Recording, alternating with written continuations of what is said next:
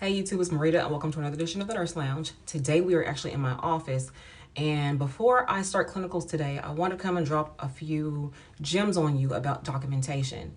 What I am noticing with students, specifically when it comes to documentation, that they get the words denied and refused confused. So here's what I mean. When you are documenting a patient refused something, you have to know in what context you can use the word refused versus in what context you can use the word or should use the word denied. So when you're documenting that, let's say they did not want a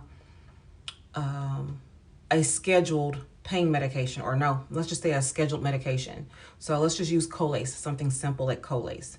So Colace is typically given, in case you didn't know, to help with either prophylactically to help with constipation or to prevent constipation because of either surgeries or some type of procedure that you want to make sure that you can ease the passage of stool, so making it soft. So that's just an example. With that being said, we give that in OB. We give cardiac patients get that medication because they don't want them to strain while they're trying to go to the bathroom, strain the heart by pushing or bearing down, shall I say, to pass stool. So let's say, for instance, in the case that you are going to give Colace and the patient states, no, I'm not going to take it. Well, if the order says that it is scheduled to be given BID or TID, which is, or Q-day, so once a day, twice a day, or 3 times a day, if it's scheduled to be given as such and they say they don't want it, they are refusing that medication. That's a refusal. And you would document that patient refused the medication because it was ordered to be given. Now, when it comes to, let's just say, a narcotic, let's say a Lortab or something like that, and you are offering the Lortab to help relieve pain, and it's ordered PRN. It's not scheduled. It's ordered PRN as needed. If that is the case, that is considered they denied the need for it. They say they don't want it. So let's say, for instance, they can have 5 milligrams of Lortab for their pain. If they say, no, I don't think I want that, I'll just take a Motrin. You don't say they refused the Lortab because it was never ordered for them to, or scheduled for them to get. You say that it was denied, or patient denied the need for Lortab or whatever it happens to be. So just remember those two terms you should use correctly. Refusal is when it is ordered and scheduled and they do not want to take it. That is a refusal. A denial is when it is ordered PRN and they decline the offer for the medication in this case, type of thing. So that's the simplest way to put it, refusal versus denial. Use those words in your documentation correctly. You all are doing great, I'm sure.